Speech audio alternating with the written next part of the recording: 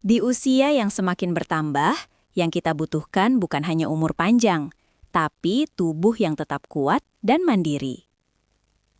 Assalamualaikum warahmatullahi wabarakatuh. Salam sehat selalu.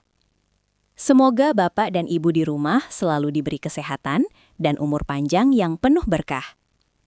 Di channel ini, kita akan berbagi rahasia kesehatan sederhana yang mudah dilakukan setiap hari, tanpa ribet, tanpa mahal. Sebelum lanjut, yuk kita saling kenal dulu. Tulis di kolom komentar nama, usia, dan asal daerah Bapak Ibu ya. Biar kita bisa saling menyapa dan jadi keluarga sehat bersama di sini. Jangan lupa tekan subscribe, like, dan bagikan ke orang tercinta ya. Yuk, kita mulai. Tahukah Anda bahwa setelah memasuki usia 50 tahun, tubuh manusia secara biologis kehilangan rata-rata 1 hingga 2% massa otot setiap tahunnya? Ini bukan sekadar angka statistik, melainkan sebuah peringatan biologis yang serius. Banyak dari kita menganggap bahwa menjadi lemah saat tua adalah takdir yang tidak bisa dihindari. Namun, jika proses penurunan ini tidak dilawan dengan intervensi nutrisi yang tepat, konsekuensinya bisa fatal. Ini adalah awal mula mengapa keseimbangan tubuh lansia mulai goyah.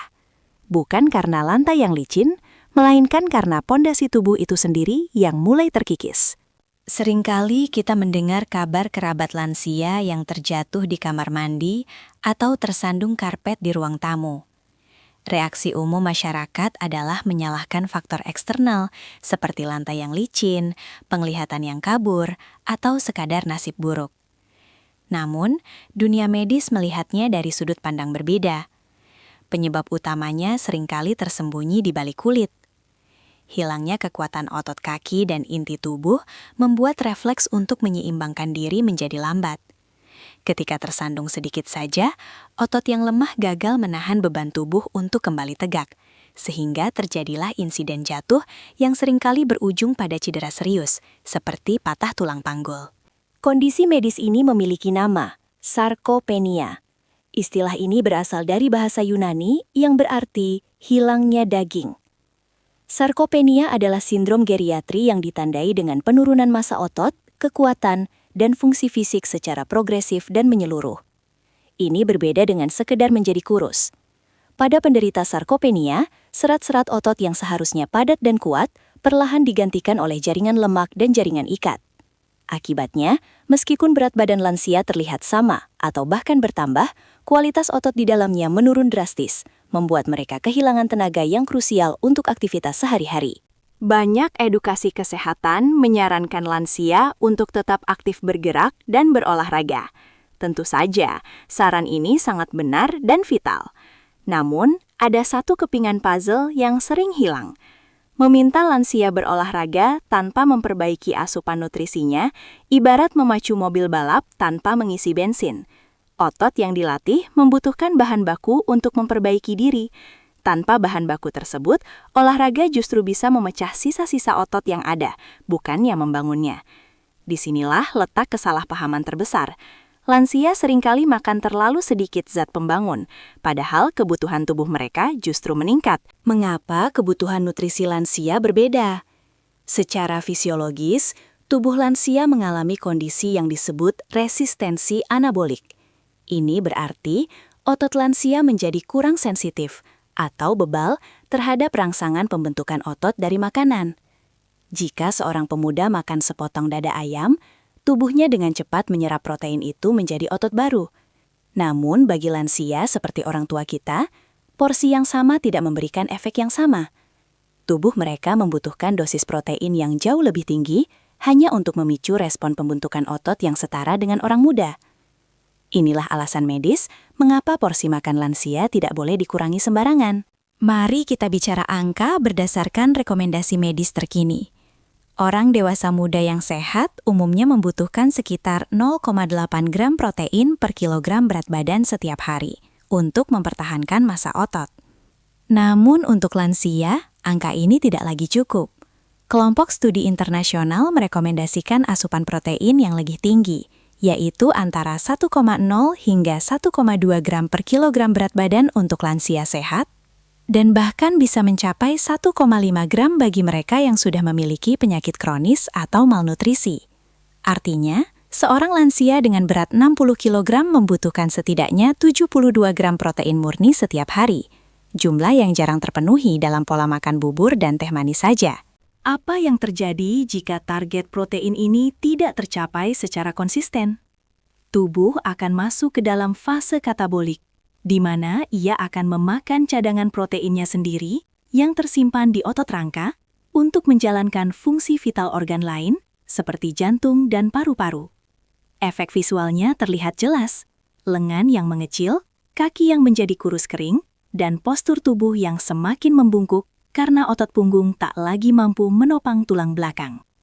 Keseimbangan terganggu, dan risiko jatuh meningkat berkali-kali lipat. Ini adalah lingkaran setan yang harus diputus di piring makan. Dalam dunia nutrisi geriatri, tidak semua protein diciptakan setara. Ada satu jenis asam amino esensial yang memegang kunci utama, yaitu leusin. Leusin bertindak sebagai saklar atau pemicu yang menyalakan mesin pembentukan otot di dalam tubuh. Karena resistensi anabolik yang kita bahas tadi, lansia membutuhkan konsentrasi leusin yang lebih tinggi untuk bisa menyalahkan saklar tersebut. Tanpa leusin yang cukup, meskipun lansia makan banyak kalori, pembentukan otot mungkin tidak akan terjadi secara optimal. Lantas, di mana kita bisa menemukan solusi medis ini? Sumber protein hewani adalah jawaban terbaik karena profil asam aminonya yang lengkap dan bioavailabilitasnya yang tinggi. Artinya, mudah diserap oleh tubuh lansia. Telur, susu, ikan, daging ayam dan daging merah tanpa lemak adalah sumber leusin yang sangat baik. Secara khusus, protein whey yang terdapat dalam susu sering direkomendasikan oleh ahli gizi klinis karena sangat cepat diserap dan kaya akan leusin. Sangat efektif untuk dikonsumsi setelah lansia melakukan aktivitas fisik ringan. Bagi lansia yang memiliki preferensi nabati atau keterbatasan biaya, protein nabati seperti tempe, tahu, dan kacang-kacangan tetap sangat bermanfaat. Namun, ada catatan medis penting. Protein nabati umumnya memiliki profil asam amino yang kurang lengkap atau kadar leusin yang lebih rendah dibandingkan hewani. Solusinya adalah variasi dan jumlah.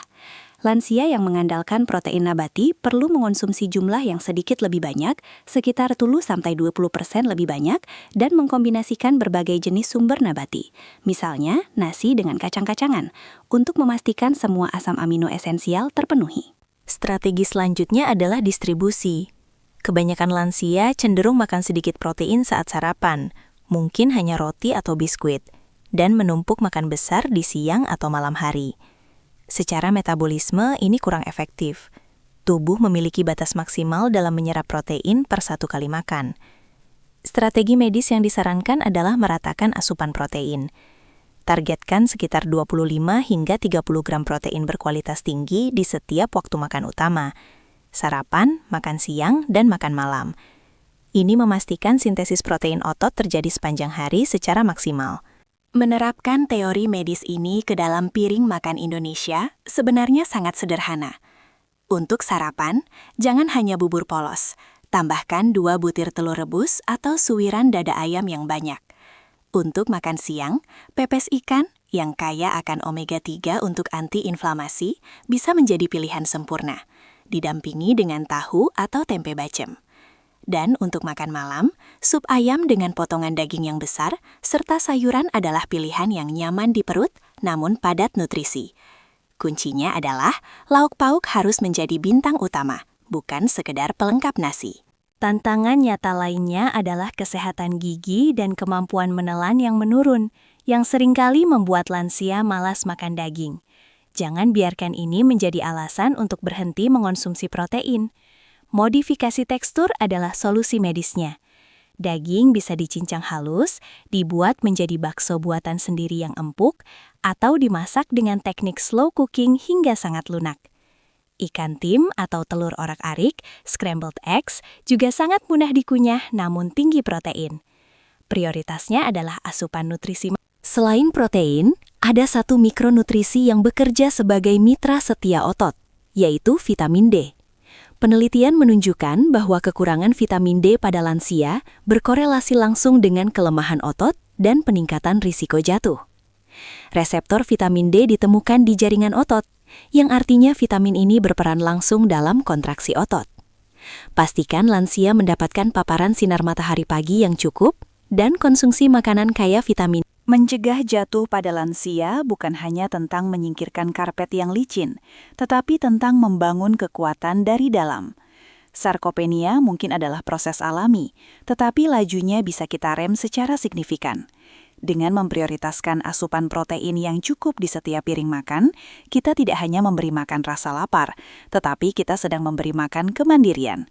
Otot yang kuat adalah jaminan bagi lansia untuk tetap bisa berjalan tegak, memeluk cucu, dan menikmati masa emas mereka dengan kualitas hidup yang optimal. Mulailah revolusi piring makan ini sekarang juga.